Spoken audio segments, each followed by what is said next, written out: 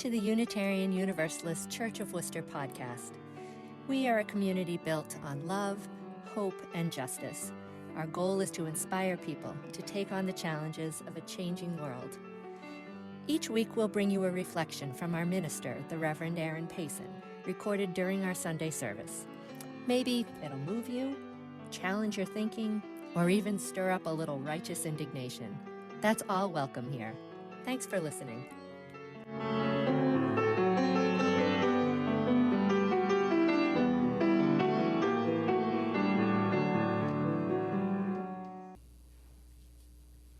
One of my favorite books is a book that I haven't quoted in quite a while, by Ajahn Brahm, entitled "Who Ordered This Truckload of Dung?"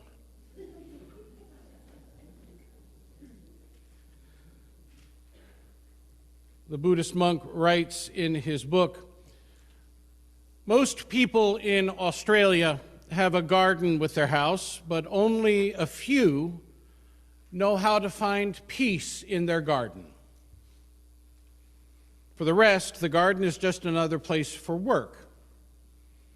So I encourage those with a garden to nurture its beauty by working a while and nurture their hearts by just sitting peacefully in the garden, enjoying nature's gifts." So I want to stop here and ask you to think, which one of these gardeners are you?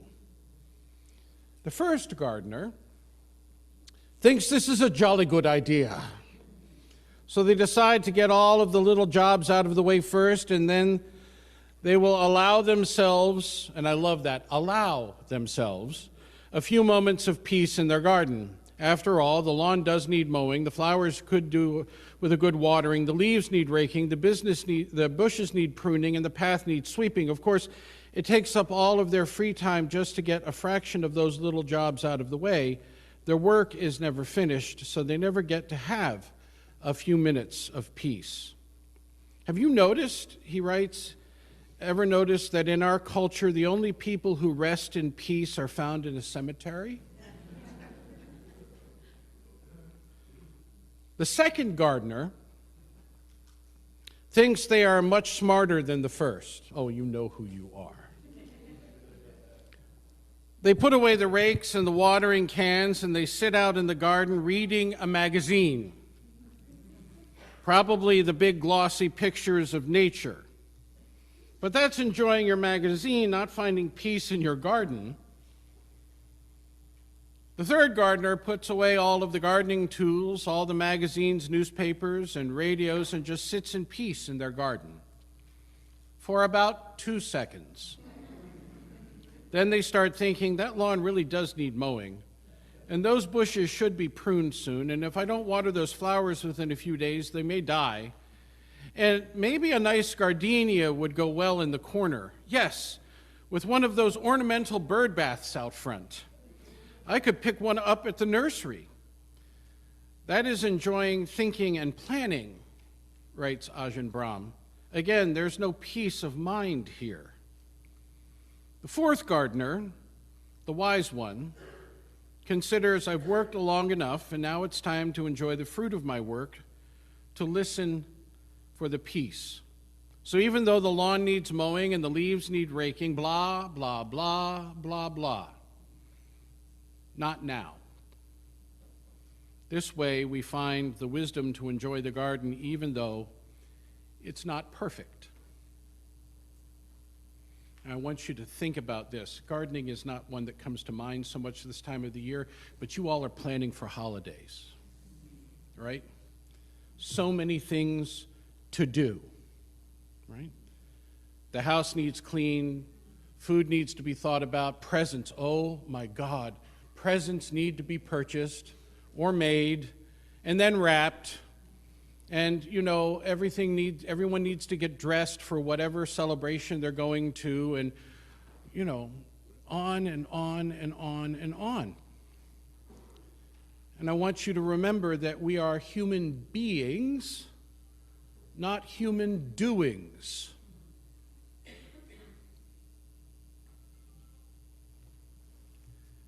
Brahm continues, perhaps there's an old Japanese monk hiding behind one of the bushes, ready to jump out and tell us that our messy old garden really isn't perfect, or it really is perfect. Instead, if we look at the work we have already done instead of focusing on the work that remains, we might understand that what's done has been finished. But if we focus exclusively on the faults, on the things that need to be fixed, on the things yet to be done, as in the case of, he tells this wonderful story about building a brick wall in the monastery, and there are like 2 bricks that are out of place. I love this story. And then, people come through to admire the handiwork, and he takes people around the other side of the monastery so they don't stare at the wall. And finally, a group of monks from another monastery, I think, are coming through, and they make their way around the other side, and they're commenting on how beautiful the wall is, and Brahm is like, really? Don't you see the couple of bricks up there that are out of place? And the monks just sort of laugh at him and go, and don't you see the hundreds of other bricks that aren't? That's a lesson worth remembering, isn't it? He says, the wise gardener enjoys 15 minutes of peace in the perfect imperfection of nature. Not thinking, not planning, and not, this is really important, not feeling guilty. We all deserve to get away and have some peace, he says. And others deserve the peace of us getting out of their way. Then, after getting our crucial, life-saving 15 minutes of peace out of its way, we carry on with our gardening duties. Finally, he says, when we understand how to find such peace in our garden, we will know how to find peace anytime, anywhere. Especially, we will know how to find peace in the garden of our heart, even though at times we might think that it is such a mess with so much to be done.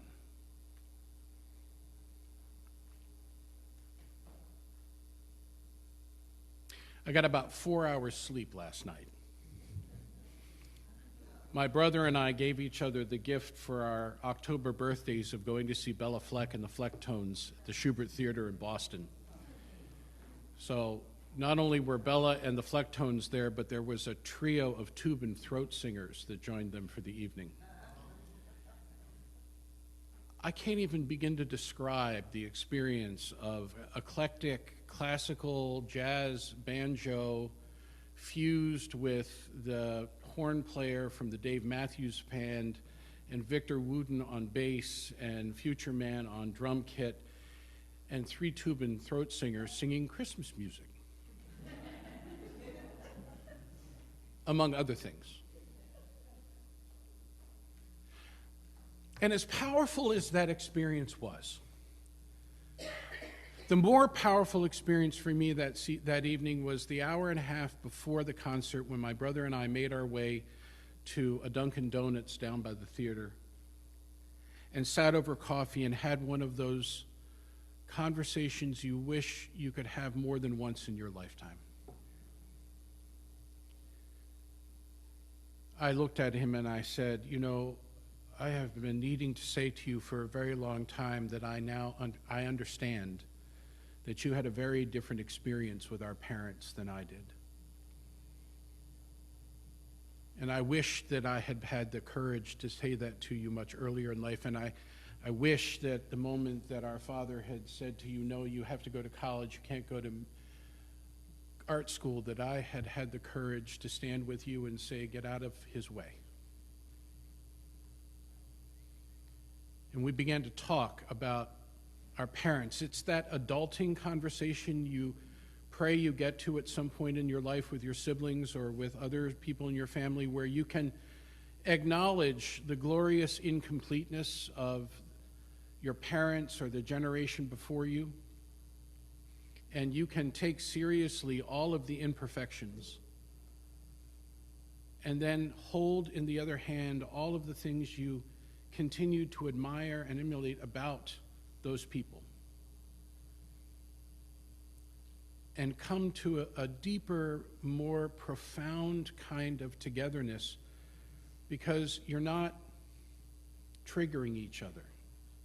You're not guilting each other. You're simply being together and saying, and what did you see? And what did you experience?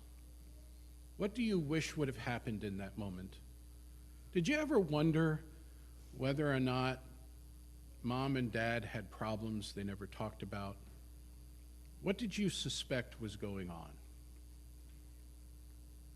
One of these very powerful moments, and I say this to you because I think that what Ajahn Chah is talking about when he talks about being in the garden is the Buddhist notion of when things come into your consciousness, when things come into your mind or your heart, part of the discipline, the meditative discipline, is to be able to hold them without them holding you.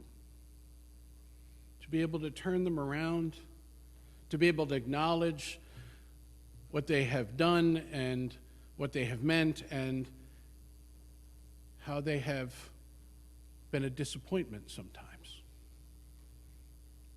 And then let them go.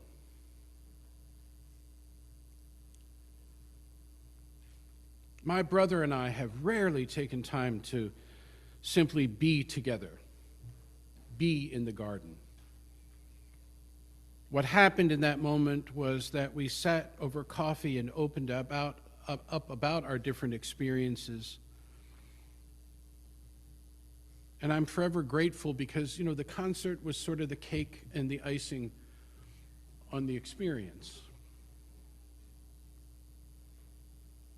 Another Buddhist thinker, Ajahn Jotipālo, has written on this topic of patience and healing. He says, I've been listening to a few of the Bhikkhu Bodhi's talks on metta, loving kindness. He explains that in many practice situations, metta can often be used with an external, outgoing energy, making a genuine wish for other people to be happy. And that could have been the focus of the conversation. How do we make each other happy? But instead it was, how do we communicate the integrity of our desire to simply be with someone without having to fix, apologize, or push aside the history? However, writes the Buddhist monk, there is also the internal response that can occur for us when we express metta in this way. He says, I was surprised when Bhikkhu Bodhi mentioned the word khanti, patience, which is very closely related to the word metta, loving kindness. I hadn't recognized that before. I have given a few talks on metta, and when I do, I often receive questions from people concerned with external circumstances, such as, it's so painful to be with a person, or when I'm in this situation, it's really difficult, or how do you deal with that? Most of the questions, he says, are directed toward the practice of loving kindness as a method of sending metta outward. But we can also, he says, turn inward rather than outward. This is where Bhikkhu Bodhi says patience comes in. We can learn to turn toward the pain we feel, toward the dukkha we are experiencing in these difficult circumstances, and to hold that dukkha with a quality of patience. Another Buddhist sage once said that we often think of patience as waiting for change. I will endure this situation, gritting my teeth until it changes. He says, certainly we might want a painful situation to change, but with true patience, according to the Buddhist sage, it's more like thinking, I will be with this situation, period. In other words, there's no expectation that the situation will change or get better. By learning to turn toward our own suffering and simply be with it, we are staying at the level of feeling. We're not getting into the story. of a proliferation or creating a self around it. Someone says something to us and we become angry or feel uncomfortable. Instead of going outward, as we typically do with loving kindness, we can go inward. So when we feel pain in a situation, we can first recognize it, which is the act of just simply holding it. Then we can move toward the painful feeling and explore it, and if we can refrain from getting into the story, right, without wanting behind the feeling, it will be much easier to experience the feeling without wanting to change it. A bit like that conversation my brother and I had. Tell me what happened to you. What do you think about this?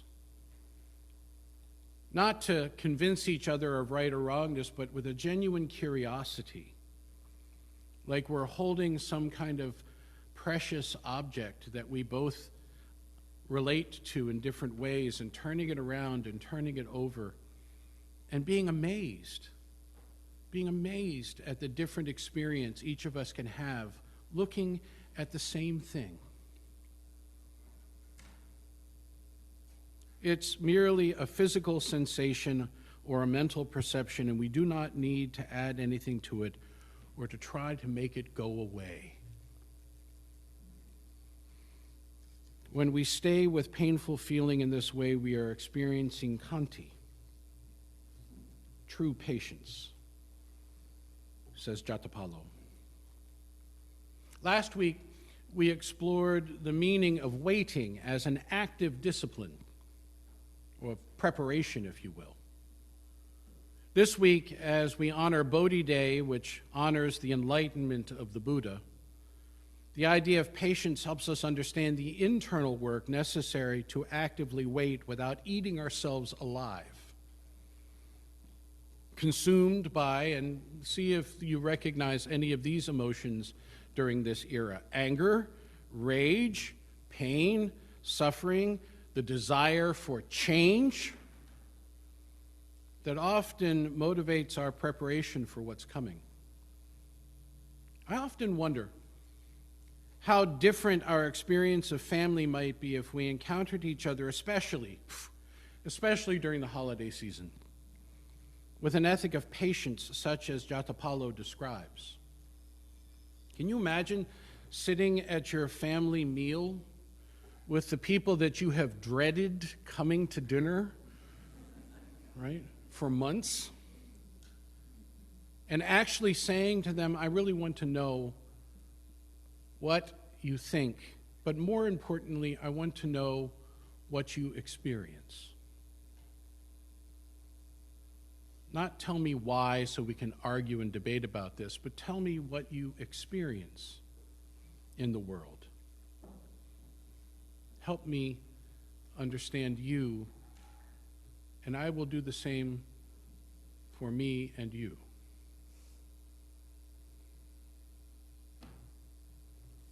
What would it be like to have that dinner on a gathering, and when triggered by something that someone says about our past or about the present which rubs us the wrong way, we simply sat with it? And instead of being consumed in anger or frustration or the desire to repel what has been said, we were curious and turned it over in our minds with our hearts and gifted it back to the one who triggered with response and gratitude for having given us the moment of insight about ourselves. And if you think about it, this is the best active definition of the common response. Isn't that interesting? Oh, I know what you think when you hear people go, interesting. Like, that sucks, but I'm not going to tell you that, right? It's a wonderful internet conversation that helps out here. One commentator writes, I've noted over the years when someone says interesting piece or something similar, it inevitably precedes a lot of negative commentary, and I've learned the word thrown around as the only comment as in interesting, which also feels like a subtle indication that the person either doesn't like whatever is happening, whether it be music, conversation, or something read, Or maybe just doesn't get it. Interesting becomes a backheaded compliment. The response comes, it's long been the case in academia when you say that's interesting, it often means the opposite, namely that it isn't interesting at all. But that's not the only or dominant message used in academia, they write. Indeed, interesting usually implies there's more to be said. Sometimes interesting means something more like, I'm not quite sure what I think, but there's definitely something worth contemplating here. You can still take that as a backhanded way or as a person not getting it, but it might be that it's taking time to register. And I, as a gregarious extrovert, I need to remember this all the time, especially with my beloved, who is the introvert I'm not. Right? So if I start a conversation and ask for an immediate response and I get something back like, which is the verbal form of interesting, instead of getting pissed like I did for the first decade of our marriage, I now understand that what she's doing is she's trying to figure out how she feels about that, what she thinks. Maybe she's coming up with a different idea. And what I need to do is walk away for a little while and then re-engage the conversation at a time when she goes, when you said that, I think this. Instead of forcing her into a conversation that she's not comfortable having in the moment. How many of you have family like that? Yep.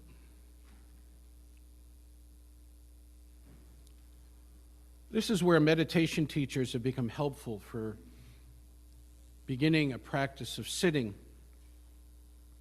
I've been taught over the years that when sitting, if something comes into my mind and I realize my attention has been captured, it is possible to create enough mental distance to experience the thought as a thing, not as something consuming me. And when I realize that I have the capacity to hold the thought as opposed to be held by it, I also have the ability to set it down and move on. Interesting. Eventually, I've been told the practice allows one to move through the rising and falling of thoughts and feelings like one is floating on them instead of swimming in them, right? Or drowning, as some of us might feel. And a different kind of experience is possible then when we're able to relax into the world and take it all in and receive and experience the beauty that is available to us at any given moment and the wisdom that can arise from such experiences. Ajahn Brahm, of Truckload of Dung fame, tells the story of being a student, and he would spend most of his summer vacations walking and camping in the highlands of Scotland, delighted in the solitude and the beauty and the peace of the Scottish mountains. Anyone been to the Scottish mountains? Can you attest to this? Yes? He says, one memorable afternoon, I was ambling by the ocean along a narrow road which wound along the headlands and the inlets of the far north. He said, the warm, bright sun was like a spotlight for the extraordinary beauty that surrounded me. The moorland was an endless sweep of velvety grass in the fresh green of springtime. The cliffs had been sculpted like cathedrals, soaring high above the swirling sea. The ocean was the blue of late evening as it scattered with fairy lights, sparkling and twinkling in the sun rays. And the small green and brown rock islands seemed to surf on the waves as far as the haze line of the horizon. Even the gulls and the terns were gliding and wheeling in euphoria, I was certain.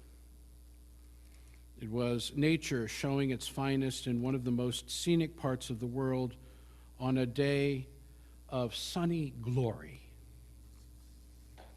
I was skipping along in spite of my heavy backpack with I was joyous without a care, high on the inspiration from nature. Ahead of me, I saw a small car parked by the roadside next to the cliff. Immediately, I imagined that his driver had also become overwhelmed by the beauty of the day and had stopped to drink in the ambrosia. When I got close enough to the car to see through its back window, I was disappointed and dismayed. The single occupant of the vehicle, a middle-aged man, was reading a newspaper. The newspaper was so big that it blocked the whole view of the world around him. Instead of seeing the ocean and the cliff and the islands and the grassland, all he could see was war and politics and scandals and sport. That newspaper was wide, yet very thin. Only a few millimeters on the other side of that black, dreary newsprint lay a pure, rainbow-colored elation of nature. I thought to take out a pair of scissors from my pack and cut a small hole in the paper so he could see what was on the other side of the article on economy that he was reading.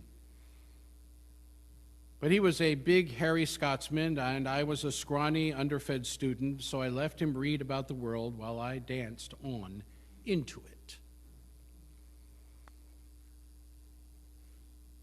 He finished just saying, our minds are mostly occupied with the sort of stuff that fills newspapers. Wars in our relationships, politics, in family and at work, personal scandals which upset us so, and the sport of our carnal pleasures.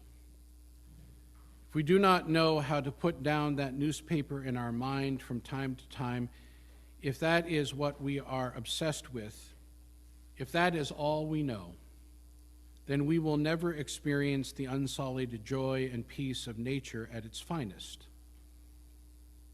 And, he says, we will never know wisdom.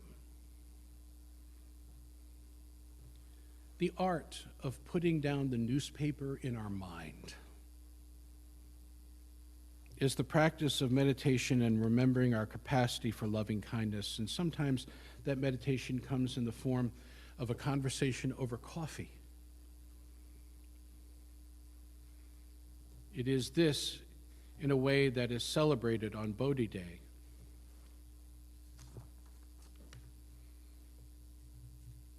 It is a way of being released from the fermentation of becoming and the fermentation of ignorance. To gift ourselves with the loving kindness which we so often desire to gift to the world, to float on all that occupies and distracts us, and for at least a moment to soak in the garden of delight or the seashore of the soul. On this Bodhi Day, might we too take time to not just do something,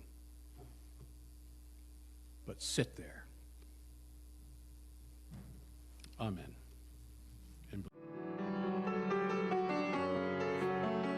Thanks for tuning in. If you're just crossing our path, either new to this congregation or curious about Unitarian Universalism, check out our website, uucworcester.org. You'll find lots of information there about our beliefs, the 8 guiding principles, religious exploration for children and adults, our social action initiatives, and the many groups we offer to help people connect and have fun. And consider joining us, in person or online, on a Sunday morning at 10 a.m. We'd love to meet you.